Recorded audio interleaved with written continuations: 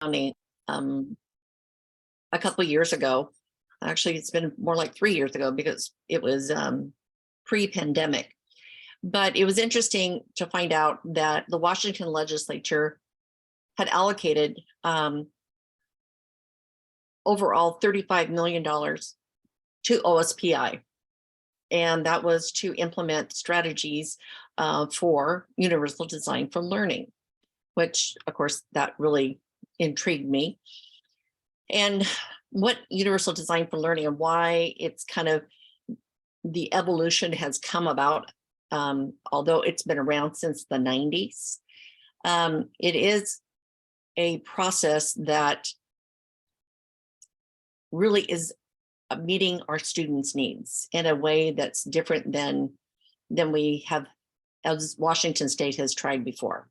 So in essence, what happened in Every Student Succeeds Act, which actually was at one point No Child Left Behind, and during the Obama administration, it turned into Every Student Succeeds Act.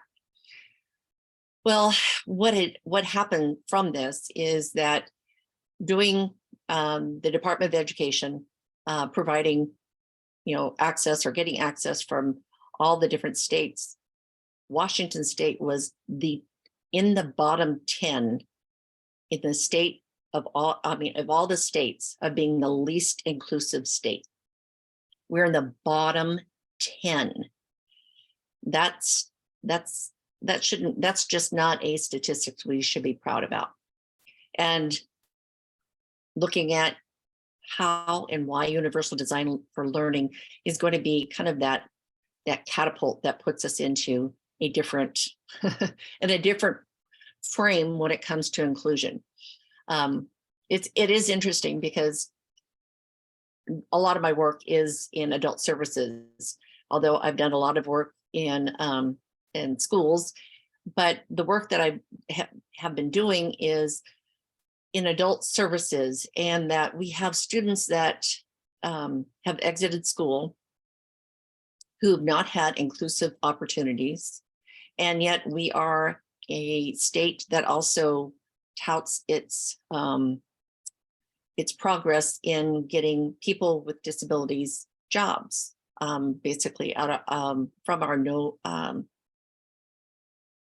good Lord, what are that not No Child Left Behind, because that's oh Lord, employment for all. And so it is just, we are a employment first state, and with that we have students that are exiting school without the social and independence they need. So universal design for learning basically came from the concept of universal design, which universal design came to represent the design of environments that became accessible to everyone, regardless of their age, their disability, or potential limiting factors. And basically for students, when we look at educational settings, physical access marked a critical first into inclusive learning. But as we know, that presence is not all. We have to have folks that are not just present, they're involved. And how are we having our students involved when many of them are still in segregated classrooms? And if you folks have heard of Katie Novak, she is, one of these, I would say, universal design for learning guru, that she has written several books, and she has many blogs. She has, you name it, this woman, she's got a handle on it, and she's an educator as well. And this is, basically one of her quotes is if equity is a priority, then UDL, universal design for learning, is a must. Because if we look at equity means having equal access to curriculum based on a person's disability or learning style. And what we have right now is a system that is a one size fits all. And we know that a one size does not fit all. And in fact, the idea is that what happens is that we we put our students who have learning needs, different learning needs, in a situation where they have to fail before they get the services that they need. And what Universal Design for Learning does is put the services in the front end rather than waiting for the student to fail, the learner to fail before they get the services that they actually need. And so what Katie Novak said is every student is expected to read the same book at the same pace, listen to the same lectures, and complete the same math problems using the same materials. Well, we know that these inflexible solutions expect compliance of our students and our learners. It favors students who don't face significant learning barriers. And then many of the tried and true techniques in curriculum and classroom perpetuate privilege rather than focusing on learning, autonomy, and empowerment. It's interesting. Just recently, I was reading a neuropsychological evaluation on a person that was identified as being a kinesthetic learner. This person is a visual kinesthetic learner, needs to be hands-on, needs to have visual information. And this neuropsychologist identified this as being a disability. And I was like, what? This isn't a disability. This is how the person learns. But when you look at the pedagogy of schools, of a process that we assess based on one format, we're anybody who falls outside of an expected process is considered having a disability. When in fact, what it does is what we need to do, and what Universal Design for Learning does, is that we look at all.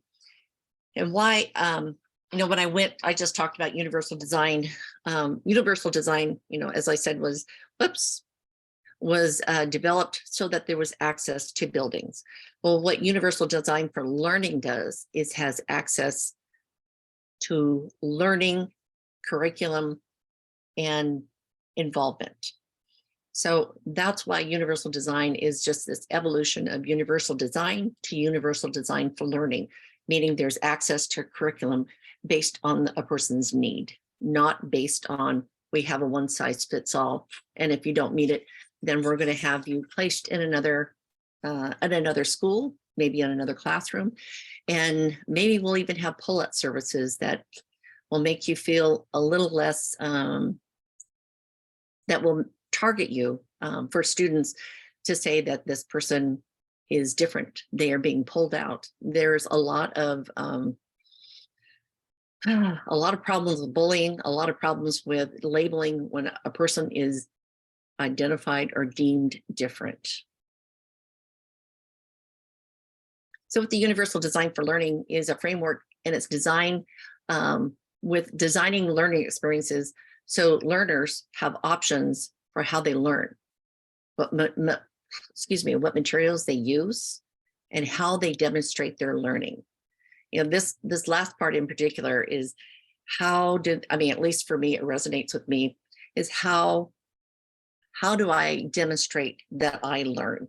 And oftentimes it's by putting together presentations, it's by giving information and how my brain stores it, because answering questions from, say, an oral test, I would totally seize up and I would not be able to answer that. So my way of being able to express that I have learned something is going to look different from another student.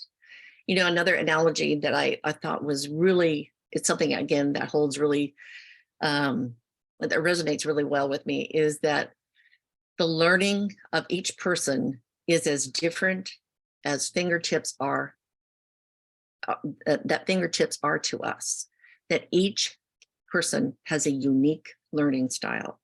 We've identified coping mechanisms that we've been able to use, that we're able to find ways around this one size fits all. And for a lot of folks, we have figured out how to do it. And those who haven't have been labeled and oftentimes segregated.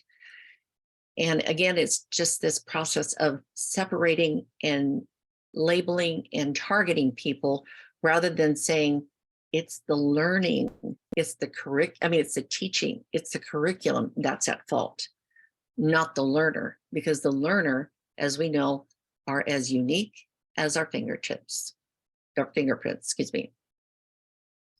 So when implementing with a lens of equity, the framework has the potential to eliminate opportunity gaps that exclude many learners, especially those who have been historically marginalized.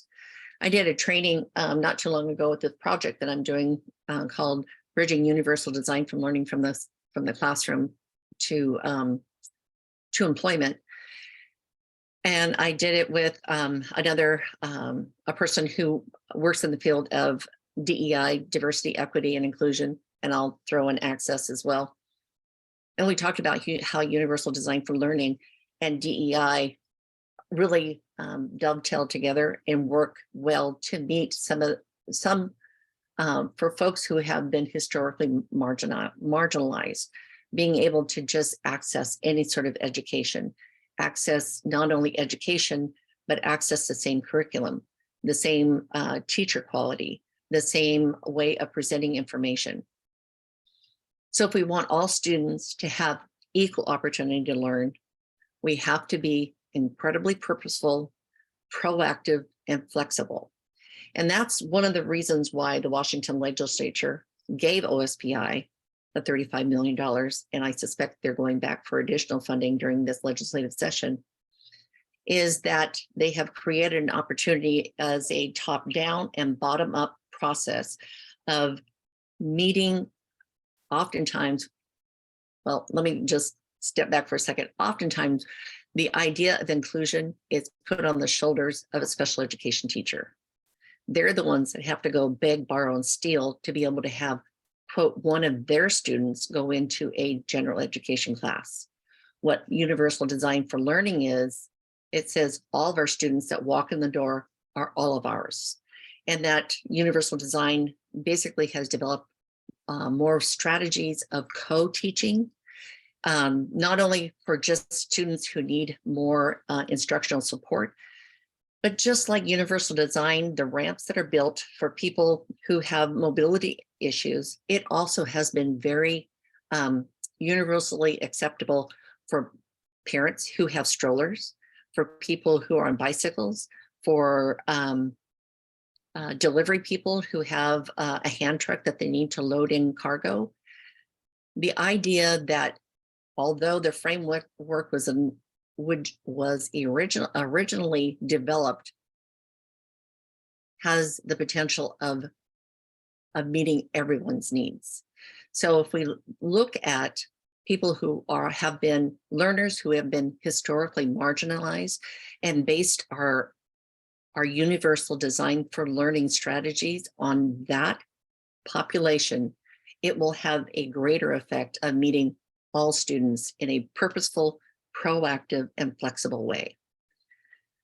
Universal design creates learning environments that is the least restrictive and most culturally responsive, trauma-informed environments for all students. I mean, doesn't this sound like the best elixir in the world? It's like, I want to bottle this and I want to sprinkle it on everybody. But it is more than just, a theory. This is universal design for learning is based on neuroscience. This isn't just Monica going, wow, isn't this the greatest thing? No, there is intentional neuroscience that has been identified that this is the best and most effective way to meet all learners based on their fingerprint of learning. So I'm going to show you this little video. This is by CAST, and CAST is the Center for Applied Special Technology. And it was originated by a gentleman who, from Harvard, who was the one who basically developed universal design for learning. It has evolved.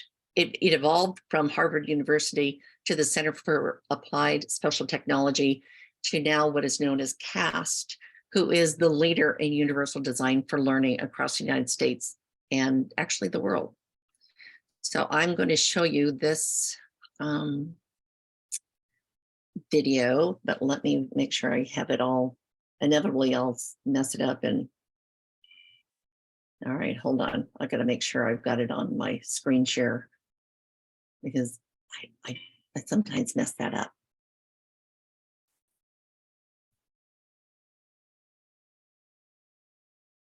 This teacher needs and she's got a very diverse group of students. And so does this teacher. And this one. Most do. In fact, research shows that the way people learn is as unique as their fingerprints. What does this mean for teachers of today? Classrooms are highly diverse and curriculum needs to be designed from the start to meet this diversity. Universal design for learning is an approach to curriculum that minimizes barriers and maximizes learning for all students. Whoa, that's a fancy term. Universal design for learning. Let's unpack it a bit. Let's think about the word universal. By universal, we mean curriculum that can be used and understood by everyone. Each learner in a classroom brings her own background, strengths, needs, and interests. Curriculum should provide genuine learning opportunities for each and every student. Now let's think about the word learning. Learning is not one thing. Neuroscience tells us that our brains have three broad networks. One for recognition, the what of learning, one for skills and strategies, the how of learning, and one for caring and prioritizing, the why of learning. Students need to gain knowledge, skills, and enthusiasm for learning, and a curriculum needs to help them do all three. But every learner is unique, and one size does not fit all. So how do we make a curriculum that challenges and engages diverse learners? This is where the word design comes in. A universally designed building is planned to be flexible and to accommodate all kinds of users, with and without disabilities. It turns out that if you design for those in the margins, your building works better for everyone. Curb cuts and ramps are used by people in wheelchairs, people with strollers, and people on bikes. Captioning on TV serves people who are deaf, people learning English, people in gyms, and spouses who get to sleep at different times. UDL takes this idea and applies it to the design of flexible curriculum. UDL goes beyond access because we need to build in support and challenge. So how do we use the UDL framework to make learning goals, methods, materials, and assessments that work for everyone? First, ask yourself, what is my goal? What do I want my students to know, do, and care about? Then ask, what barriers in the classroom might interfere with my diverse students reaching these goals? To eliminate the barriers, use the 3 UDL principles to create flexible paths to learning so that each student can progress. Number 1, provide multiple means of representation. Present content and information in multiple media and provide varied supports. Use graphics and animation, highlight the critical features, activate background knowledge, and support vocabulary so that students can acquire the knowledge being taught. Number 2, provide multiple means of action and expression. Give students plenty of options for expressing what they know and provide models, feedback, and supports for their different levels of proficiency. Number 3, provide multiple means of engagement. What fires up one student won't fire up another. Give students choices to fuel their interests and autonomy. Help them risk mistakes and learn from them. If they love learning, they will persist through challenges. And remember, always keep in mind the learning goal. Get rid of barriers caused by the curriculum and keep the challenge where it belongs. And that's it. Okay, quick recap. Show the information in different ways. Allow your students to approach learning tasks and demonstrate what they know in different ways, and offer options that engage students and keep their interest. Universal design for learning equals learning opportunities for all. For more information on UDL, go to www.cast.org.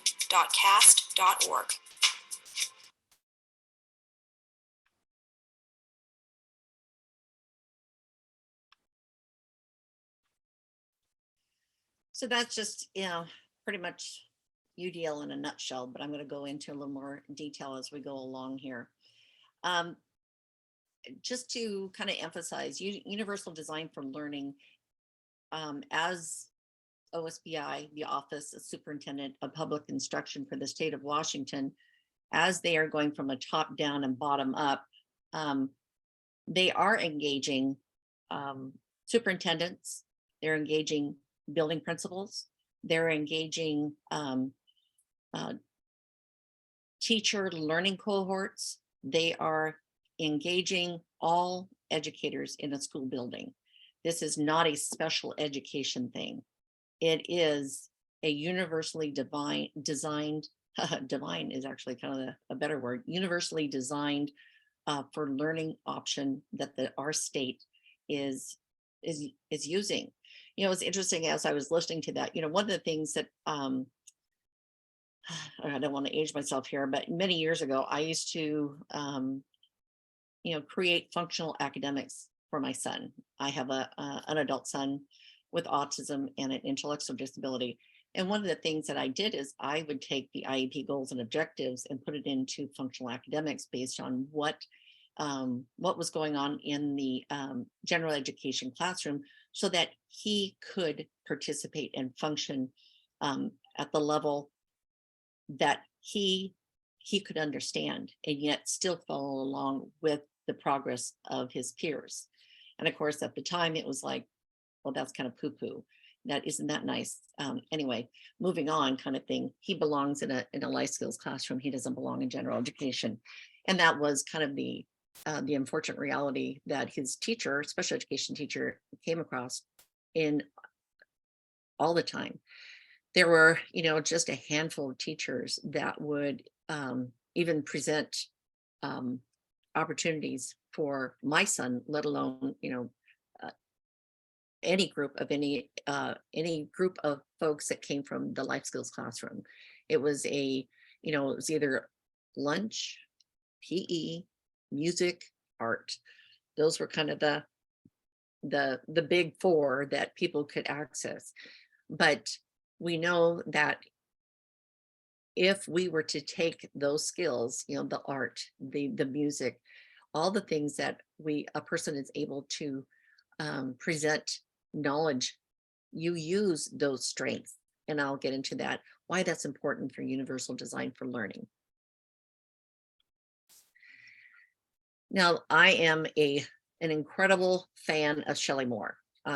She makes, I like her analogies. At any rate, I'm going to show her, this is her analogy to universal design for learning that makes it a little more understandable, rather than just talking about, you know, pedagogies and access, etc. So I'm going to get Miss Moore all set up here, if I can get my stuff together here. Showing up on the first page of Google might not be the best. Hold on, skip ads. Look how bowling changed education. Oops, we don't want that. Come on, get back here. Hi, my name is Shelley Moore, and I'm a third-year PhD student at the University of British Columbia in Vancouver. As Canadians, we have a reputation for finding and embracing the strength in our diversity. This value, however, hasn't been reflected in our classrooms, which still segregates students by ability, especially students with developmental disabilities.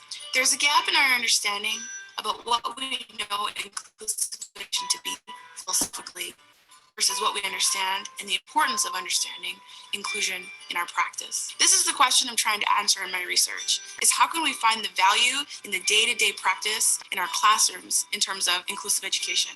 So how am I going to explain this to you? Now I can sit here and try and describe this, or we can have a little bit more fun. Why don't we go bowling? So let's talk about bowling. You have 10 pins, you have 2 balls, and you have a lane. The goal is to knock down as many pins as you can. But if you don't get them all, it's okay because you have another chance. But when I bowl and roll the ball down the middle and I don't knock them all down, what often ends up happening to me is that there's 2 pins left standing on either end and they stare at you. It's the 7-10 split and it's the hardest shot in bowling. How is bowling like teaching? The ball is a lesson, the pins are the kids. We aim for the middle, we do the best we can, The pins that are left standing, we often have another chance to kind of get to them, but at the end of the day, those two pins that are staring, looking at you, are kids who need the most support and are kids who need the most challenge. So we end up choosing one, and the other one is left standing. I just took all the fun out of bowling. Now, I don't know how many times you've watched professional bowling, but I spent an afternoon watching professional bowling, and let me tell you, there was not one bowler who rolled that ball down the middle of the lane. They throw the ball down the lane at a curve.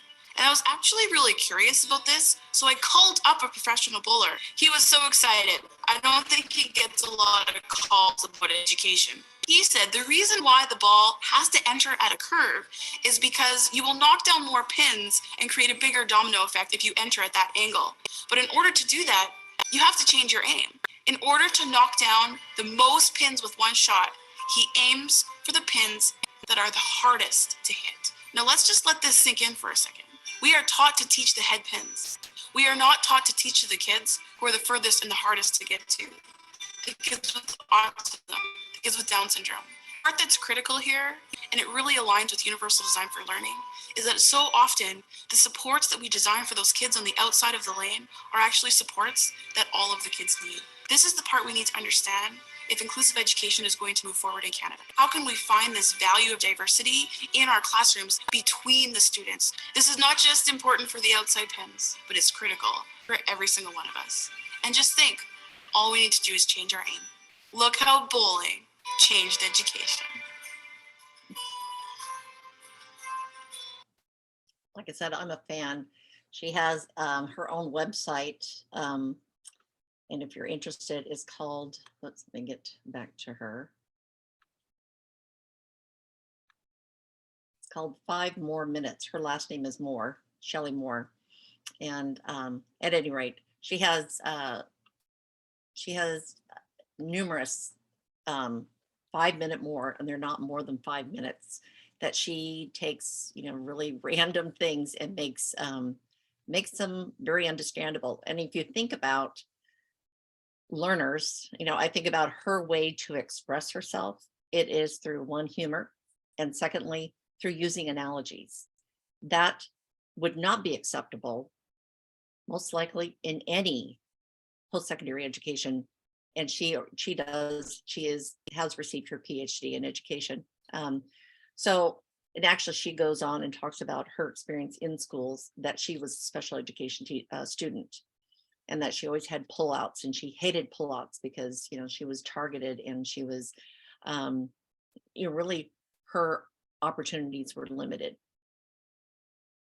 So to just kind of cut to the chase, really talking again about Universal Design for Learning, the framework, it is evidence-based. It is a framework that educators use to systematically plan for and address learners' learning differences. So just think of the analogy that Shelley gave, is if we aim for the most marginalized, the most difficult, there is more than a likelihood that we are going to be able to hit every student's learning style. It's interesting, for years I've been doing visual supports for people with autism. And it's interesting because most of the learners that I have presented this information to, it has been almost as beneficial to the paraeducator that supports the individual, to other students as well, because we all learn differently. Again, think about that fingerprint. We all learn differently. And if we're given information in different formats rather than a one size fits all, and if you don't fit in it, then you are different. And again, this is where diversity, equity, and inclusion really kind of circles around and says, it really shines a spotlight on what we're doing in school. When we're hearing, educators, we're hearing businesses all, around the bandwagon of diversity, equity, and inclusion, and yet they're not changing the way they instruct. They're not providing access to how employees are supported.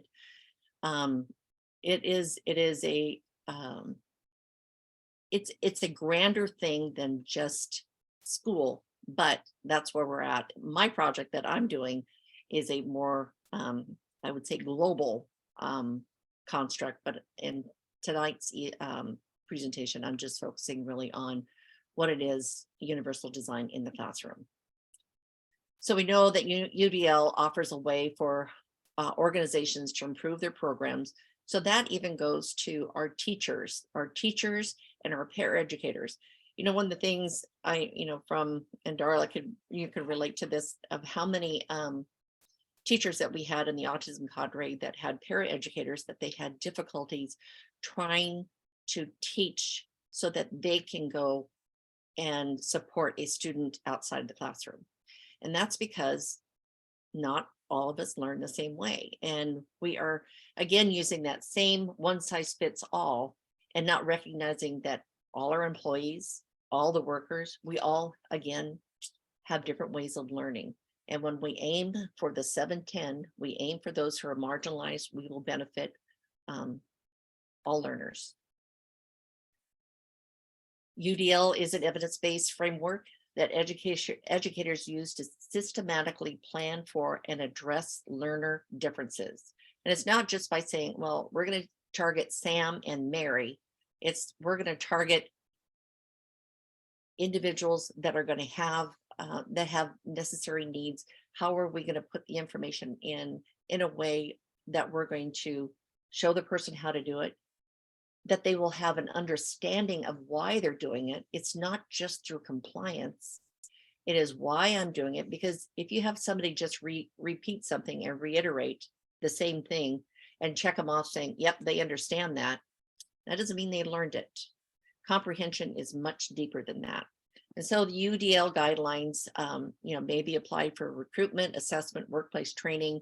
It goes to the whole emphasis of a school building on how people learn, how we are able to support individuals, because we know that students that walk in that door are coming from a varied group of family experiences.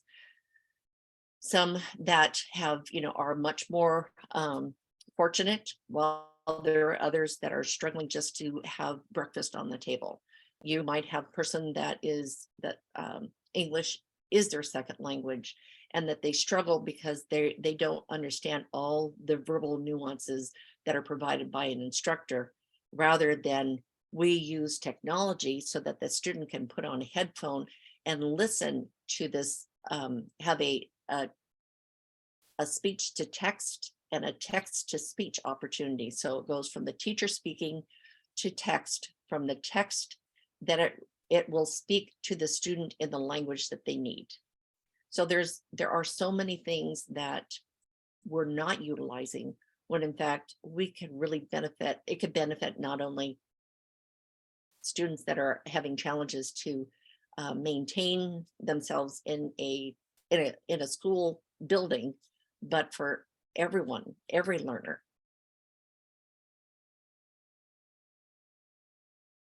Well, we can't do universal design for learning without co-design, and co-design means it takes all of us. And it doesn't mean, again, this isn't a special education thing. This is a school building issue. And it benefits all workers, all employers, all customers, all students. It offers an alternative ways to receive information, gather feedback, and optimize the delivery of education and instruction and training, and self-direct choices for the learner. And like I said, it's not just a special education thing. It's not a multidisciplinary team effort. It is a building effort. I don't know how many times I have heard, and still to this day, matter of fact, I think I mentioned before, I was doing a project, an inclusion project with Lewis County School Districts. Just finished up, not even 18 months ago. And the teacher, actually, I'm doing another one in Kitsap County as well, but the office administrators, or the office, I would say office staff, I should say. I don't want to say office administrator, office, whatever, staff. Anyway, that they said, oh, well, those kids are down at the end of the hall. Or, oh, those kids, they don't go there. They go over here. And they referenced students who are on IEP as those. them.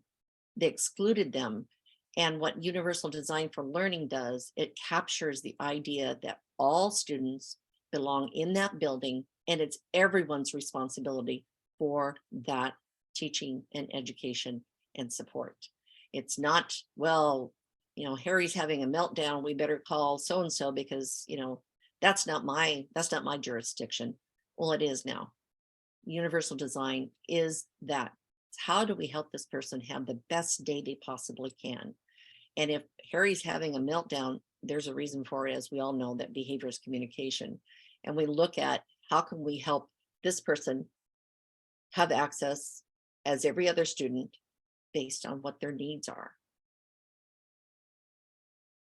As well, Universal Design for Learning offers direction to provide feedback that guides learner towards mastery of a skill rather than fixed notions, tests, performances, and compliance. It is, how do you want to provide information? How do I measure your competency? Rather than, not to say that we're going to throw out standardized tests anytime soon, because that's just not going to happen. But what we can do is make sure that we have an understanding of each student. How are you going to be able to provide that flexibility to measure competency, to measure comprehension, to measure mastery? It's going to be based on that learner, not based on compliance of the instructor. Again, according to UDL principles, feedback should emphasize effort, improvement, and achievement of a standard rather than focus on a relative performance and compliance to the instructor. Again, just what I said. The standard, that there's achievement, did you meet the standard? Rather, there is the effort that this person is taking, that they're making it marked improvement. And now we need to build on those skills and strengths to help that person attain achievement on that standard. So the measurement isn't just on achieving the standard, it is also focused on the emphasis of their effort and their improvement. And that isn't always how students are measured. It's measured on a certain level and again, the compliance to the instructor. And optimizing the relevancy and delivery of training, even when the content is relevant to the learner. Because I mean, this is something that, again, harkens back to my educational career, which is, 100,000 years ago, is that it might have been something that I'm really, really interested in, but the teacher was just like, oh my God, I mean, took everything to stay awake because the delivery wasn't anything that was, that provided me with the stimulation to be engaged. So the static format and delivery of a lesson will mean that some students or learners, such as those with processing delay or disabilities affecting attention and focus, will have difficulty concentrating, while other learners, such as those with language-centered disabilities or hearing difficulties, will need to take additional steps, such as requesting and using accommodations just to access the information. And that, again, in itself is a travesty. We expect the people, and this, I've said this a million times, we expect people who have the most difficulty accessing services and support to be able to access and request services and support and not be measured by a standard. Rather, how can we help that person figure out what is the best way that they can learn, and providing them with the information on the front end. Again, we ask students to comply until they fail before they get the services or supports they need. And by that time, you've already gone through half or 3/4 of the school year. And now where do we go? We've got somebody who might get, a couple of months of really some solid teaching, which then they'll go into the school, the summer months, and then there's regression, and then that whole process starts again. Again, if we're just focusing on the teachers their teaching style rather than the learner's learning style, we're never going to show inclusion opportunities for students with varying learning needs. Optimizing individual choice and autonomy. Embedded choice and autonomy whenever possible. It's not about compliance. I think I've probably have reiterated that a couple of times. And that's something that I really, as part of my individual technical assistance that I provide to adults in the day service program for developmental disabilities, is that providing choices, that people need to have functional ways to communicate rather than compliance. Compliance is only marching orders. It does not mean that a person has a comprehension. It just means that I am following your directions. And so providing options to learners for how they demonstrate what they've learned through an assessment or physical demonstration reinforces confidence of that student or that learner and supports positive interactions. And those are the things that, and at least, again, I don't want to, generalize, but I'm going to take a wild stab at it and say that all of us have probably had a very, very important teacher in our lives that was instrumental, that made us interested in learning. And that oftentimes goes back to, did they provide me with positive interactions? Did they give me opportunity to be motivated, although continue to challenge what a person might know? And that's what makes a good teacher, is that they want to provide a lot of opportunities to our students, and not just a one size fits all, and not just based on the standards. Again, let's just go back and look at the Washington legislature gave OSPI $35 million to start this project, unfortunately during a pandemic, because we are on the bottom 10 inclusive schools in the union. Bottom 10. When I read that, I thought, no, that's not right. I went back again. It's like, sure enough. Then I went on to the Department of Education. I thought, this can't be right. Nope, we are. Matter of fact, we are 7. There are 43 other states that are more inclusive than Washington State. How sad is that? So again, optimizing access to accessible tools and assistive technology. And I'm not saying that everybody needs their computer, they need all these things. Assistive technology literally can be a piece of paper. It can be an over-the-counter device. But if there are other things that are media rich, we need to invest in that, rather than saying, well, you're not able or you're not capable because we have not provided them the information.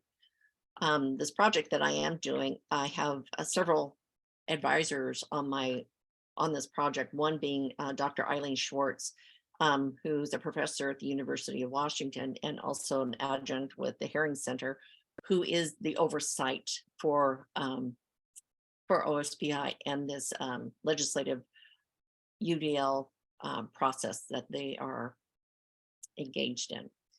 And Dr. Schwartz, I remember, years ago, she came and she spoke at a group, again, our autism cadre. And I remember her saying, because she had the experimental early childhood center, which in its time was like cutting edge. And now it's like, well, those are the standards. And the things that she said that they enlisted for not only the students, but for the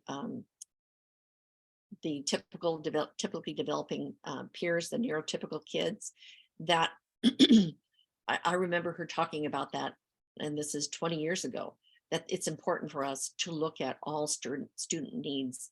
And if we can put that at the beginning, rather than waiting for a student to fail, that's gonna save that person so much personal anxiety, self-confidence, to say nothing of, the educator who's just like, well, we're going to ship this one off because they quote aren't falling into the standards. This means incorporating universal accessible tools, technology whenever possible, and account for assistive technology where barriers persist. One of the trainings that I did or I had is it is a disability owned business, and they will go through your website and identify where you are lacking in accessibility supports for either a person with visual impairment, hearing impairment, with cognitive impairment. They actually go in and they will give you recommendations to be able to look at your website. And that's one of the things just, I have to do for myself is look at my website and who is my audience that I'm focusing on? Well, I can tell you the unfortunate reality is just based on the medium. And if I'm just doing the medium, similar to what, Shelley Moore said, we want to hit the 7-10 split. And when we only hit the head pin, we will always have marginalized people excluded. So I have to rethink. And that's that's what the whole essence of universal design is, to look at that everybody has the right to have access. And so then when a UDL supports are coupled with accessible technology, such as a text-to-speech software or media-rich experiences, or flexible technology-based assessment systems, the approach affords greater support for both teaching and learning. And ultimately, it's a two-way street. You have educators who want to do a good job at teaching. And when you have students that are not meeting the standards, that doesn't feel good for the teachers either. So how do we give them more tools? And that is oftentimes supported with accessible technology and assistive technologies to help that.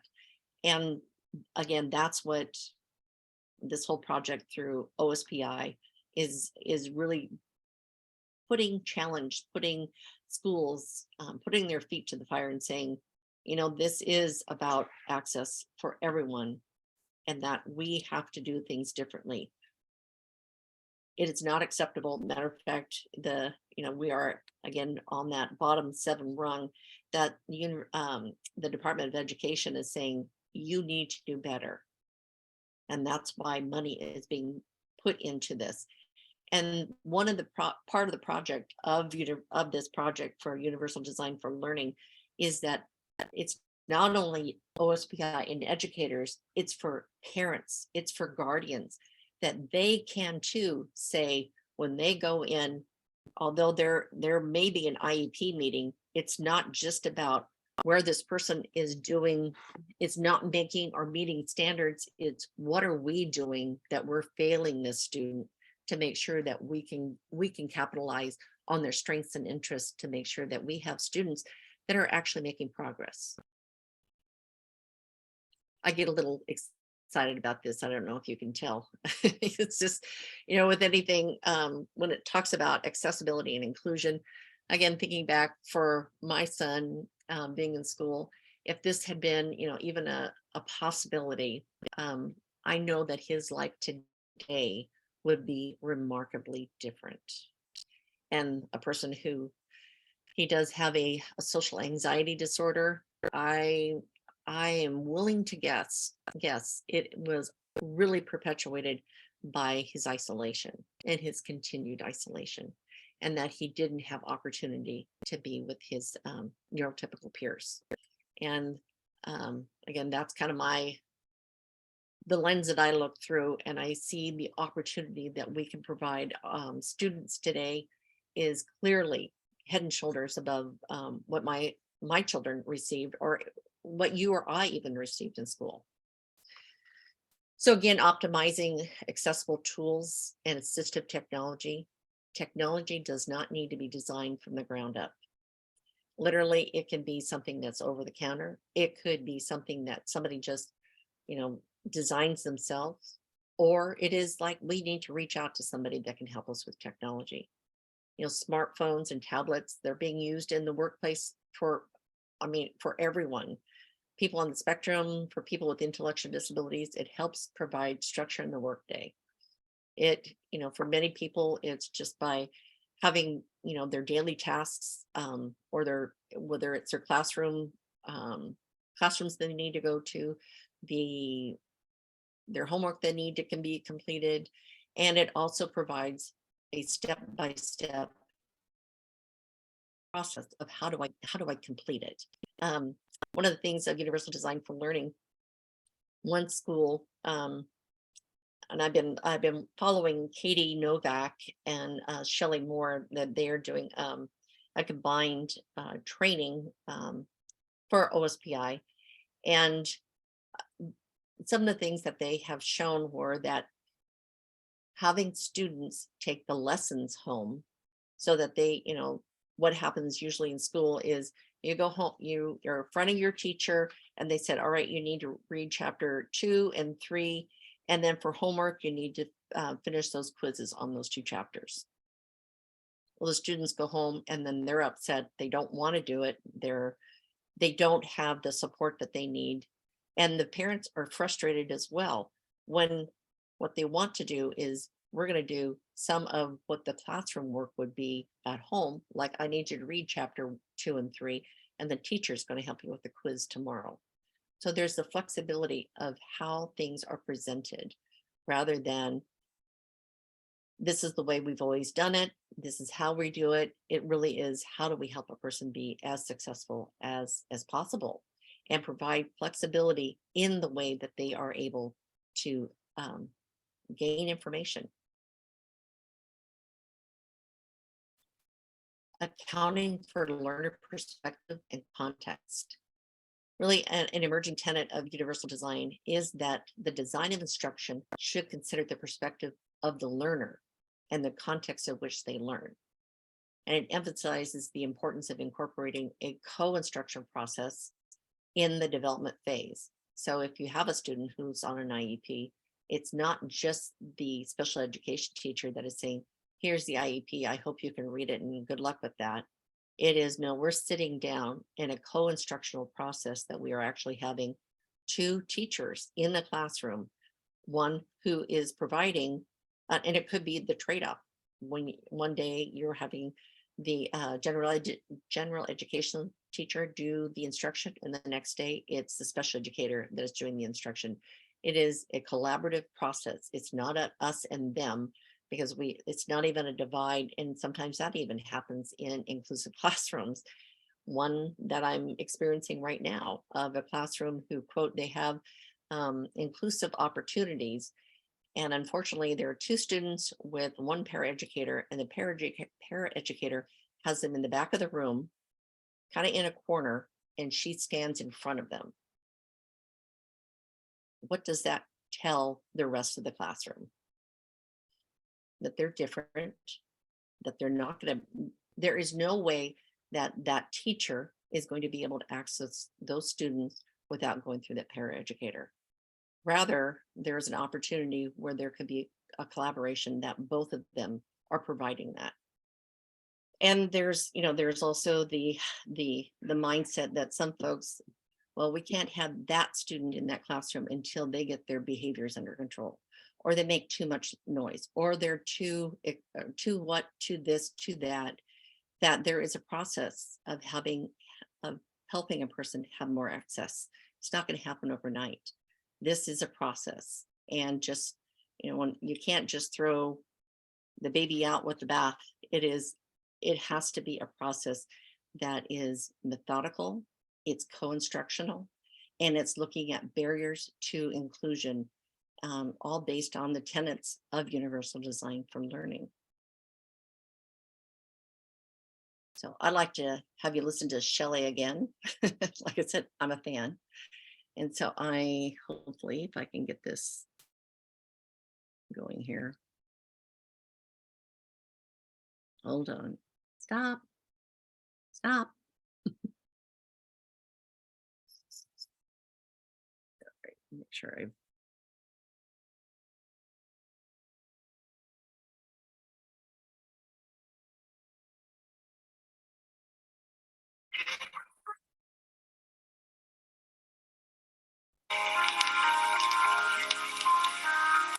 Welcome to 5 More Minutes. Videos in about 5 minutes that support the teaching and learning of all students. I'm your host, Shelly Moore. Today's episode is called Dr. Baked Potato.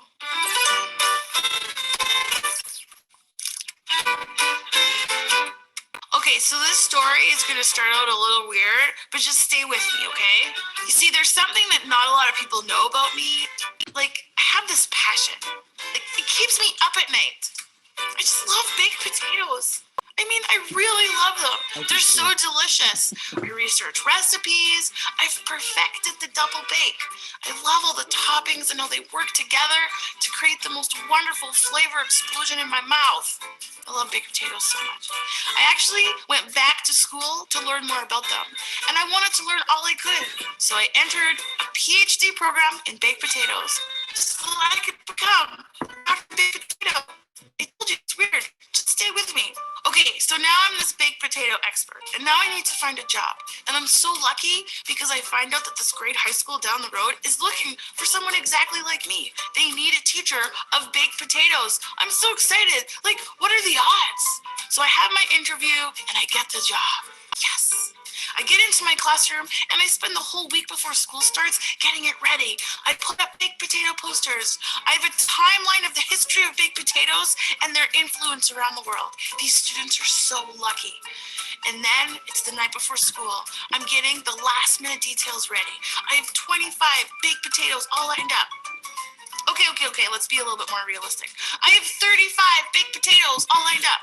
I have timed it so when the students walk in, the potatoes are coming hot out of the oven. I have the toppings measured out. Everyone has the same amount of bacon bits and chives, and the morning arrives. I am ready.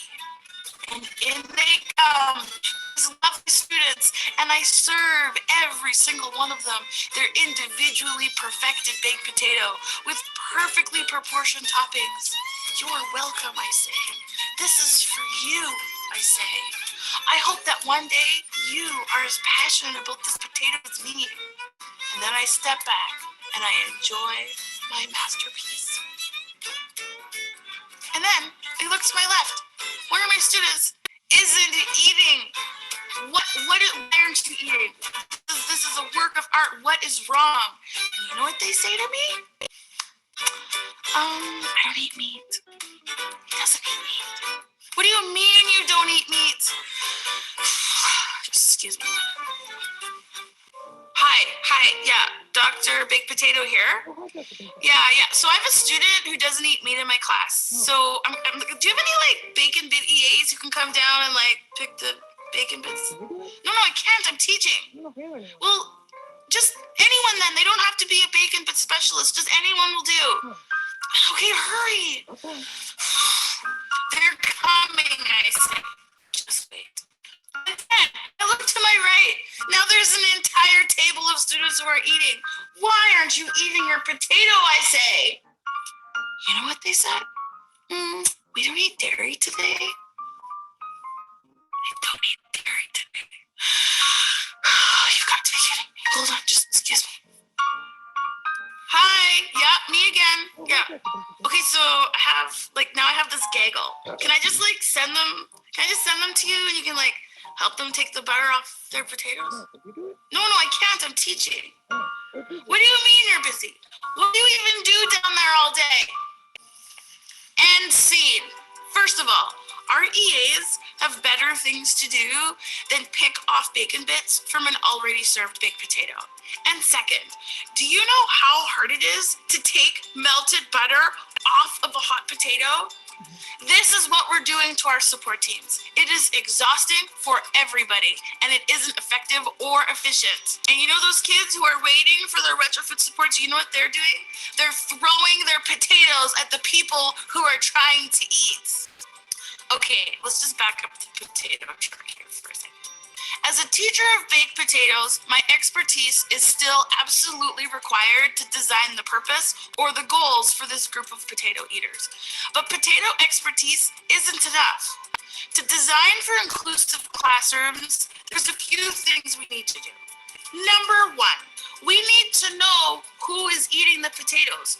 Who are the students? What supports do they need? And we need to know this before we serve the potatoes, not after. Number two, we need to know what the goal is. And we need to understand that goals are connected to concepts, not to activities. What this means is if the goal is to eat a baked potato, then yes, everyone needs to eat a potato. But the goal is not for all students to eat the exact same fully loaded baked potato with all the exact same toppings. Students are diverse. They're going to need different toppings. Number three, planning for this range of diversity means that we anticipate the variety and complexity of toppings.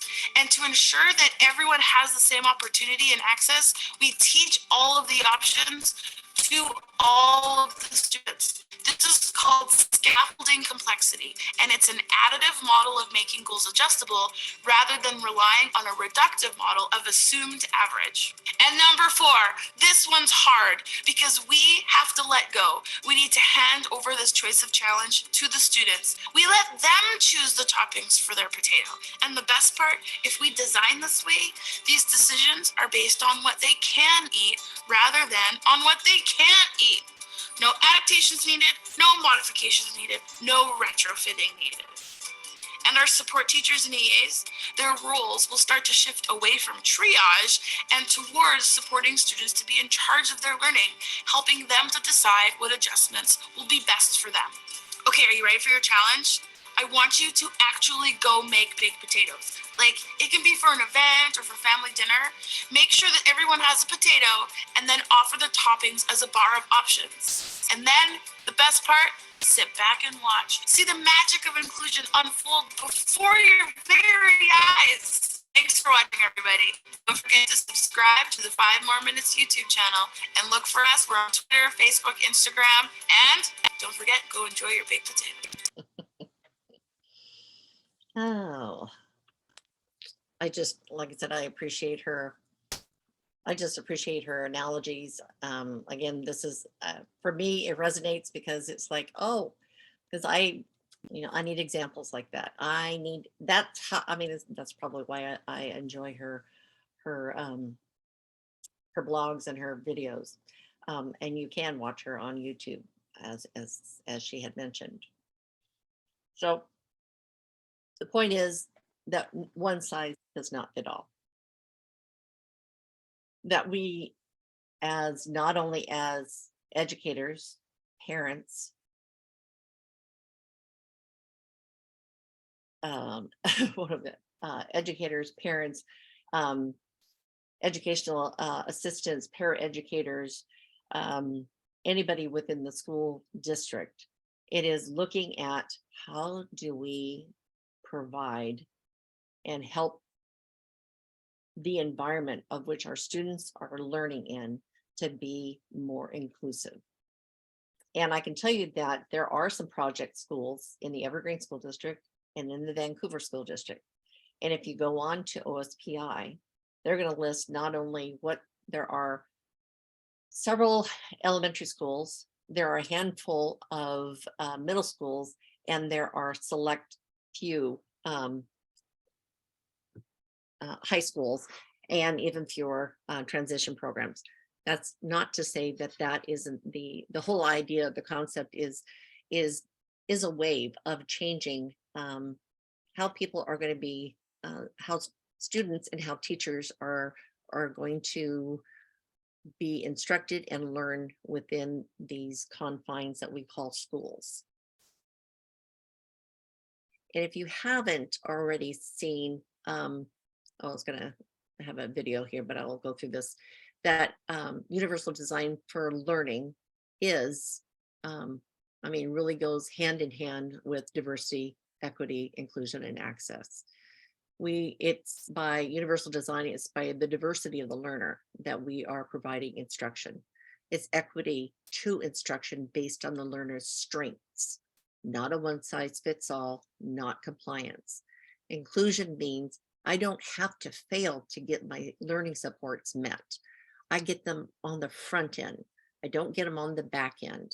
And it's just like Shelley Moore had said, it's not that retrofitting that I have to pick off all the bacon because all these things were already put on and now we have to, we have to take everything off. It was upfront that a person was able to get their potato, to be able to put on the toppings that they need to achieve what they needed, the assignment that they were doing. It also means that I have access to all environments my peers have access to. Again, just looking at a lot of students that are relegated to life skills classrooms.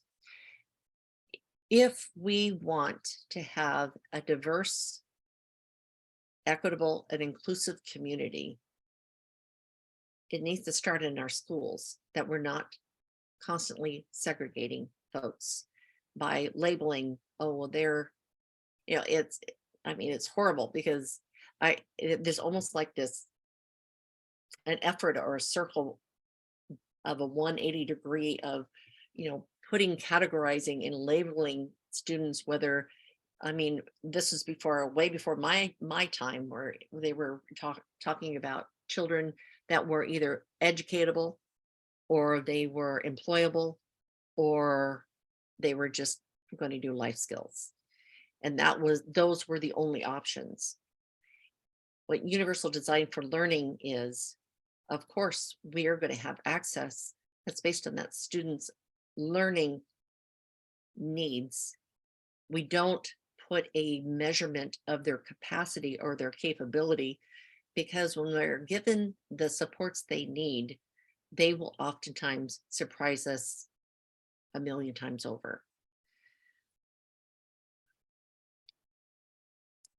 Dan Habib is a gentleman who actually has a son named Samuel, and his project, and actually this is a project that was Dan Habib did on the first part of this project through OSPI, that they worked with the Washington,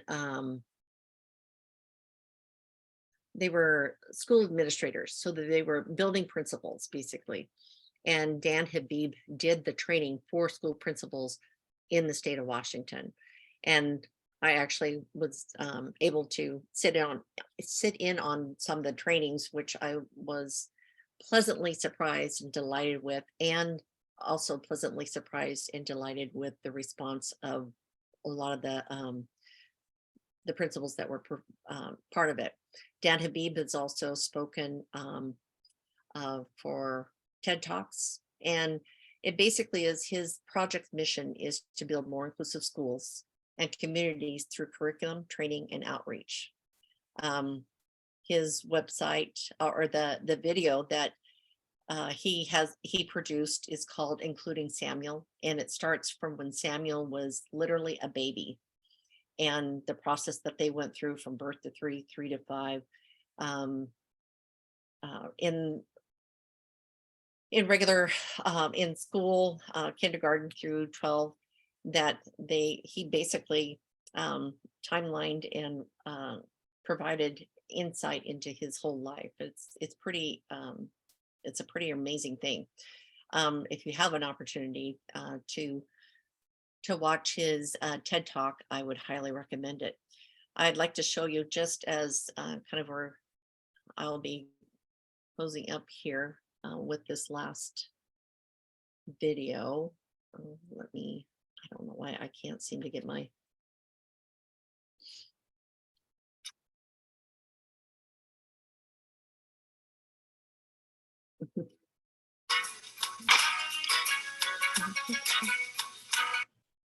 all right, well, hopefully I'll get this.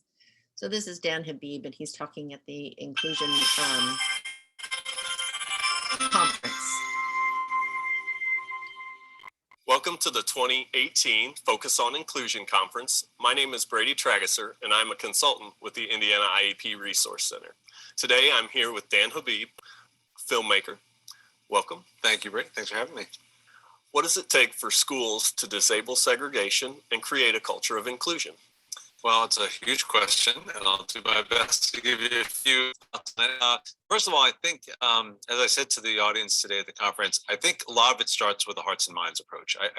Education's hard work, right? And making sure that every kid gets what they need to be successful takes a lot of energy, a lot of planning, a lot of strategy.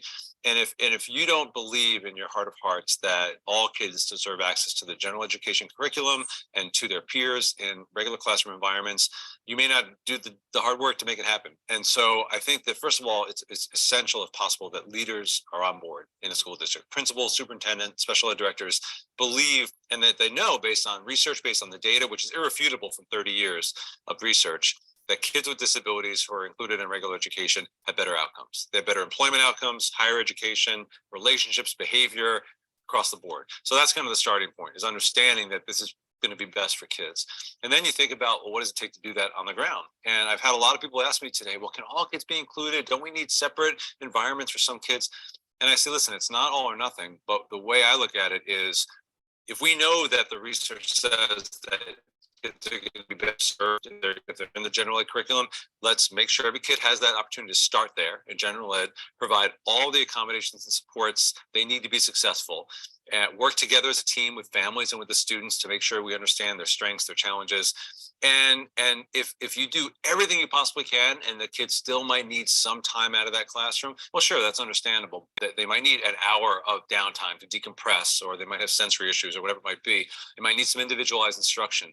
But in order to disable segregation, we need to first understand that the general ed environment should be the starting point for every kid, and they have a legal and ethical right to the accommodations and supports for them to be successful. And the reality is that that's not happening in every school in this country. And that would be my hope, is that we get to a point where that is the reality in every school. So being or becoming a legendary filmmaker in the inclusion world, how have you used filmmaking to, create that culture of inclusion more? Well, I am so fortunate that I have the opportunity to go into schools around the country that are doing amazing work and document that. And so, a lot of this is not about reinventing the wheel for each student. It's about creating school-wide systems that create fertile ground for great education for all kids. And that it means having things like multi-tiered systems of support in every school, where you understand that kids, no matter who they are, need some support. Some kids will need more intensive supports. Some kids will need less intensive supports, but every kid needs supports. Every adult needs supports. I need supports. And delivering those through a system like MTSS. It means seeing universal design for learning, which is a way to make sure that every kid has access to the educational curriculum, the general ed curriculum, in multiple means of formats and communication, that every kid has the opportunity to then express what they've learned in multiple ways. And for my son Samuel, that might mean he makes a movie when another kid is writing a short essay, or that he delivers a talk, or that some kids might want to express their education through more experiential experiences, like my older son Isaiah, who his preference is to really learn by doing and being out there. So I think that a lot of it is understanding that the methodology for inclusive education is just good education. It's teachers differentiating their instruction, using positive behavioral supports, implementing things like collaborative teaching. And I've been in schools all over the country, some of which are very poor schools, some of which are not as poor schools, who've done this, who have pulled it together. And usually the common denominator is very strong leadership. So what are some tips you would give to families to assist them in creating a culture of inclusion in their community? Well, I think for most families, it's going to start with their own child. If they have a child with a disability, it's understanding your rights, the laws, and creating a vision for your child. For us, the vision has been that Sam will feel like he belongs, that he'll feel like he belongs in our community, in our family, and certainly in his local school. So we've advocated very strongly for him, to make sure he has access to his peers, to the general ed curriculum. But we found in our journey that there are a lot of other families and a lot of other kids who also believe that we should all live in a diverse world. And part of our diversity is that some people have disabilities. That's part of the real world, that we should not segregate based on ability. We should not create an artificial environment in school that doesn't represent the real world. And some people will even say, well, what about kids with emotional behavioral disabilities? They can't really belong in regular schools, right? And I say, first of all, yes, they do. They deserve the same rights and access that Samuel does, who doesn't have an emotional behavioral disability, as a physical disability. But also, I want my kids to be able to navigate the real world. You know, when I leave this conference tomorrow, I'm going to be on airplanes and on roads and in stores, and I'm probably going to encounter all kinds of people, some of whom might be difficult people, and I need to navigate that. And I think I need to learn that from a very early age, that the world is full of people who act in all different ways. And I don't think it's productive to shield our kids from the diversity of our society. Yeah. Well, thank you very much. Those are great tips and Sure. great advice for families. So Yeah, thank it's a you very pleasure. much for being with us. Pleasure to today. be with you. Thanks for inviting me. Yeah. Thanks. And like I said, if you have the opportunity, I would highly recommend you watch his TED Talk, because it's very inspirational. It's just, like I said, he just really documents the whole experience with his son Samuel. And creators, chasers, hold children on, I of gotta invention, stop the that. tinkerers, the makers, fighting for the forgotten, Yeah, the flawed. there we go. Sorry about that. So, like I said, if you have the chance, really check him out. Another person that I have had actually who did who I interviewed through the Lewis County Inclusion Project that I did, is I interviewed the Assistant Superintendent, Jennifer Spencer Imes, with the Wilsonville Westland School District. And that school district, which is just over the border, as we know, just down I-5, just up a skosh, that school district is totally inclusive. They do not have special education pullouts. All students are taught in the general education classroom with the supports they need to be successful. She has written a book on leadership for inclusion. If you're interested, that's also on Amazon. And she is also on YouTube. Her name is Jennifer Spencer Imes. And actually, I will put her name in the chat right now. So if you're interested in checking her out, that is with the Wilsonville Westland School District. She's, like I said, is a great resource that's literally right in our own backyard. The unfortunate reality is obviously that the pandemic didn't do us a whole lot of favors in getting this inclusion project onto a really good footing, but I'm hoping that here the next couple of years that we're going to see some differences in the way that education is provided in our school districts, and that we're going to see differences in students as they exit school, that we have opportunities that students haven't had before. So I want to open it up if you have any questions or comments.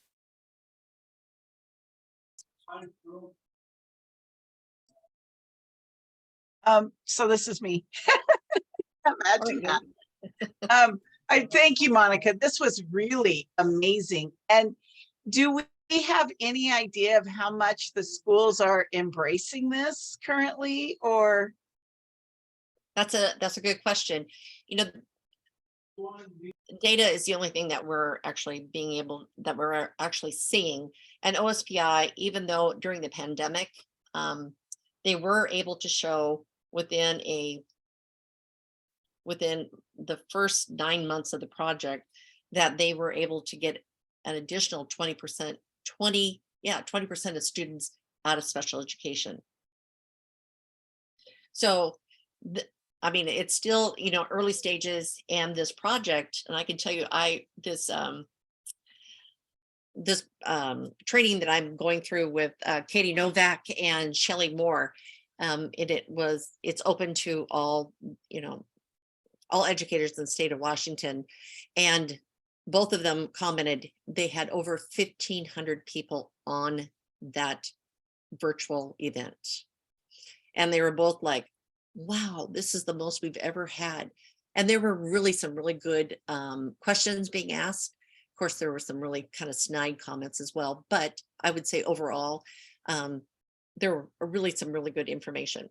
What I'd like to do is I'm going to reach out to some folks in our Evergreen School District and Vancouver and see where they are. I think that's a thing that I want to be able to explore.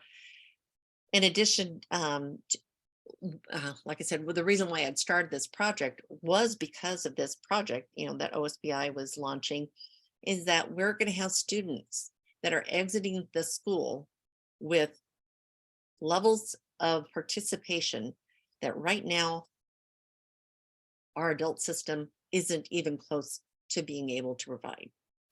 The only thing that our adult system provides, unfortunately, is a one-size-fits-all. Systematic instruction, compliance, these are not inclusive properties that is what Universal Design for Learning is really advocating for. And I think, again, this is going to be one of those areas where families, students are going to have to advocate for what they need. So, wow, I hadn't even gone there, but you're absolutely right. It's like, I mean, I'm looking at where we're working with the schools right now and where they're really needing this. And several of our schools have done away and have gone to full inclusion as of August, right? Or some of our districts. And so they're struggling with that. And this is exactly what they need. But you're right. It's like if we teach the kids, this universal design, and then they get to the adult world and it's not there, right? We're really going to have to get on it. And so maybe we should start working with our county coordinators and people as well around this. Absolutely. Like I said, I'm, how I get a little sometimes overzealous in some efforts. But I mean, this really, at least for me, the work that, we've done over the years with autism, this really dovetails, the experience that not a one size fits all. And that, just as, I'm just looking back at my educational career, it's like, holy cow, if I had, of course, I was educated in a Catholic grade school, so I rest my case. It was like compliance. But anyway, a lot of counseling, I'm getting over it. And so,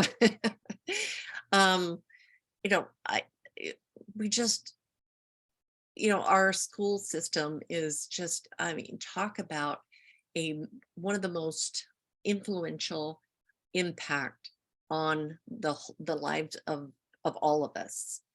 That if we have an opportunity that it can be more inclusive, more dynamic teaching, and that the tools are there, because the thing is, the tools are there. It comes, and what Dan Habib had said, it really is a powerful leadership. And it is leadership that really needs to be procured within the school environment. And it's, like I said, it's not a special education thing. It's a building principle. How are you going to make every student, every teacher, every person from the executive secretary to the physics teacher to the environmental maintenance, that everyone is an important factor into the education of our students. And like I said, it needs to come from leadership, and that needs to be from a school building perspective. So I'll send you the link, Darla, to the OSPI, the ones that are here in Evergreen and Vancouver. I appreciate that. Just even as we've gone forward in the last, 15, 20 years, right? I keep thinking, okay, I'm doing what I need to do. We've started putting our newsletter in 7 or 8 different languages. Our website was available and we could translate it in 100 different languages. And I looked at it after talking to you one day and realized only for those that can read and have typical eyesight and hearing. So we went in and we got a new system software, Recite Me, so that it will make all the accommodations that you were talking about that needs to be made. It will read it will read in 80 different languages in the native dialect, as well as English for those individuals with intellectual and developmental disabilities. And that's what we do for a living, and we missed it. You know, it's like, oh my gosh. You know, the interesting thing is there is a significant pushback from the adult service providers. Huge. What they have done, you know, that they want to say, you know, that they've said, we are the best in the United States. There is no other state that compares to us in getting people with disabilities jobs. And I'm like, you're right. But how many more can we? What else can we do? Because we have, again, those, and every county that I work in, it's like, yes, but we have the high acuity folks that still aren't getting employed. Or we have, you know, people who have not only a high acuity that may have personal hygiene needs that are still not being employed. That if you fall in that middle, you know, sort of like what Shelley says, they're going to miss that 7-10 split. Right. And, you know, those are the hooks, the thing that sticks with me. And that's why Shelley, for me, is like, again, she just is like, oh, she gets my attention. I learn from her. I can use her examples. And that is, you know, education wise, I know that meets my need. And she has a huge following. And for those just exact same reasons, she uses everyday experiences. She doesn't say, you know, this data and this, that, blah, blah, blah, blah, which kind of puts you to sleep. She uses everyday reasoning, everyday things that we all access and makes it relevant. And that's what universal design for learning is. Exactly. So Meredith, Dave, do you have any questions, comments, concerns? I don't have any questions. I think this was great. So yeah, I mean, working in a school myself, Right. you know, this is something that I can definitely see, you know, that, you know, just I mean, the teachers do try, but you know, they're just you know, that they always, like, I just was transferred to a different section of my school, and the teachers are trying to figure out what to do, but they really are uneducated with so many of these things. Yes. So, but and the thing is that there's information out there, and that's the other thing, is having a team collaboration. When I can't remember, I think it was Dan Habib who talked about the multi-system service supports, the MSS, whatever. At any rate, it is a process of you know, looking at the needs of students, looking at, you know, scaffolding of instruction. It's differentiation of the instruction. These are little nuggets that have been talked about for the last 25 years, but it's kind of like, how do we put it all together? Because it's not just a special education thing. It is a team thing. Yep. And so, like I said, to me, it's just like, oh my gosh, this just makes, I mean, at least to me, makes complete sense. And I would imagine the Washington legislature that gave OSBI $35 million and is anticipated to give them at least another 20 million, that they have a pretty good, you know, there's a good reason for this as well. yeah. I decided to listen to this tonight because I am a special educator, a special education paraeducator in the Vancouver School District. And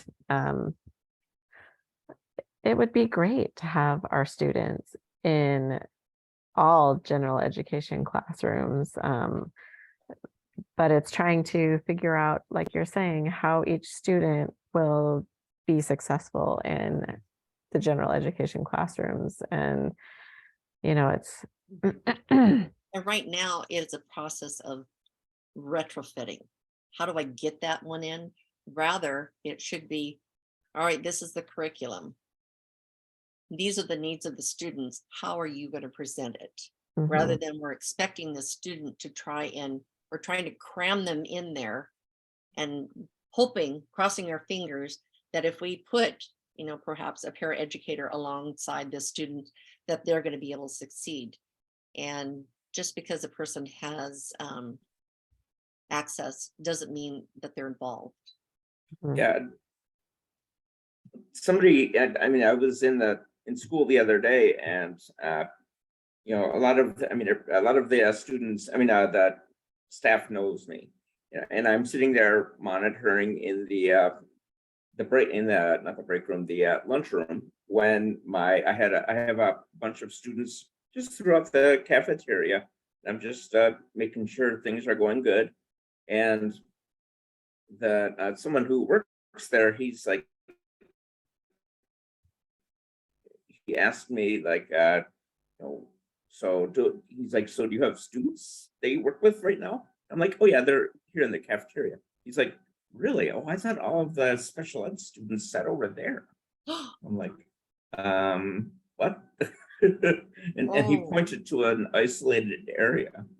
And I'm like, no, kids with the IEPs, you won't know if they are always on an IEP. He's like, really?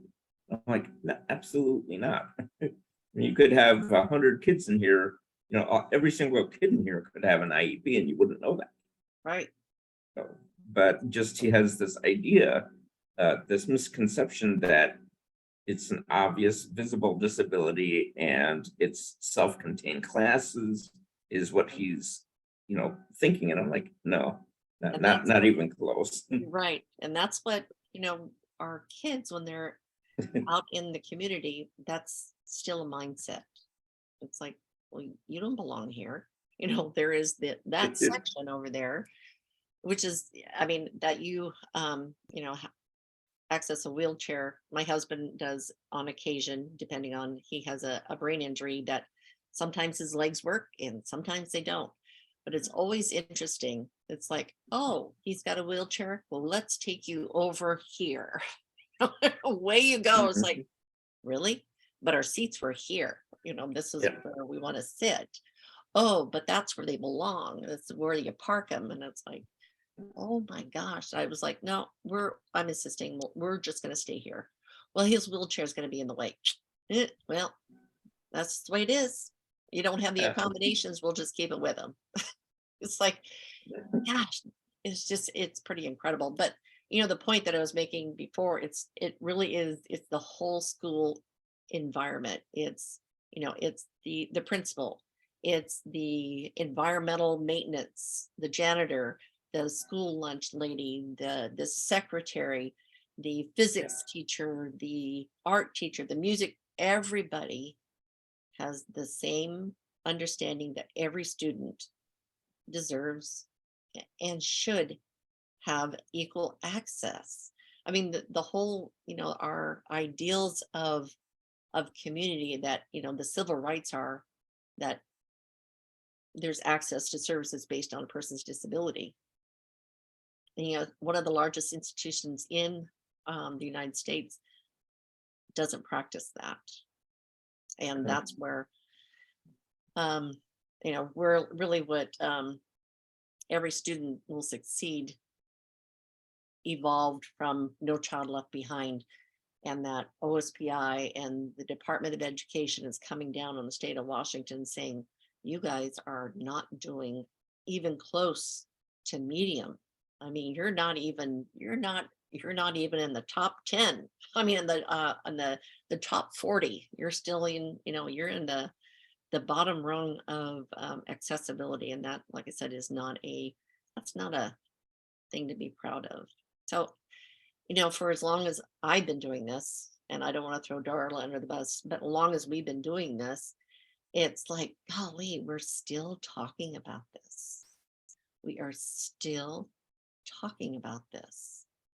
It's and it's like, you know, when we started talking about some of these, you know, the new thing, I mean, that we have technology, but, you know, there's still folks that have the new idea of these things that is like, oh my gosh, you know, that is as old as Adam and Eve. I mean, these are things that are tried and true and evidence-based practices that you should be doing, period. Well, and it's stuff that I think we used to do when we had more, when teachers had, and maybe not all teachers did it. But I know that if I was a student today, I'd probably be on an IEP, right? Mhm. But because I couldn't sit still in class, imagine that ADD. But you know, what they did was they would put me in the office to give the secretaries a lunch break. They would send me, I was never in class, right? I got grades, I learned what I needed to learn, but I Right. couldn't sit still. And from elementary school on, they just accommodated that, right? Mhm. And now we expect different things out of kids, right? I'm an auditory processor. We used to have these reading cubes, and my friend and I would go in there and she would read out loud and I would process what she was saying, you know, Right. because it was easier for me to process hearing it than it was to read it, Mhm. right? I mean, I was always on the dean's list, right? I mean, it wasn't about not being able to absorb the information. It's what I needed, the accommodations I needed in place to be able to absorb the information, right? Exactly. And they just did it back then. Yeah, and I'm going to say back then because it was a long time ago. But you know, Hard to believe, but yes, mine is even longer than yours. it's really amazing. You know, I would have really struggled in, you know, some of the environments now where you have to fit in the box more because, you know, I'm not an in the box kind of person. No, no. And I mean, truly, I just love again, the analogy or the example of that each of us are as unique as fingerprints. Our Yeah. learning capacities are just so unique that Yeah. it's just like, I mean, it's almost like I am unique, doggone it. I wasn't just, I wasn't there was normal and then there was Abby normal. I was always under the Abby normal.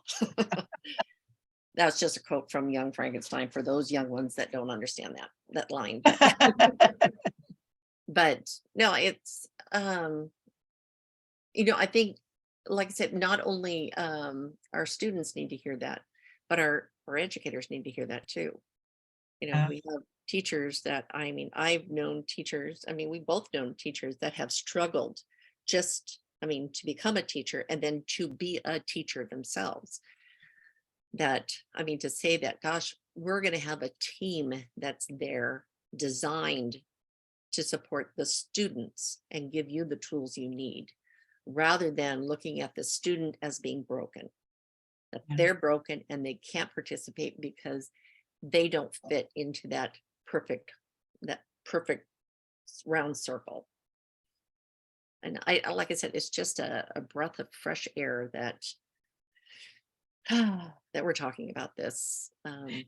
It's also a breath of fresh air that we had two paraprofessionals come and participate this evening. I mean, yeah, Thank you. Yeah, very much. Both that Dave and Meredith, that's speaks- fabulous. yeah, it speaks so much to your compassion and for the individuals that you serve.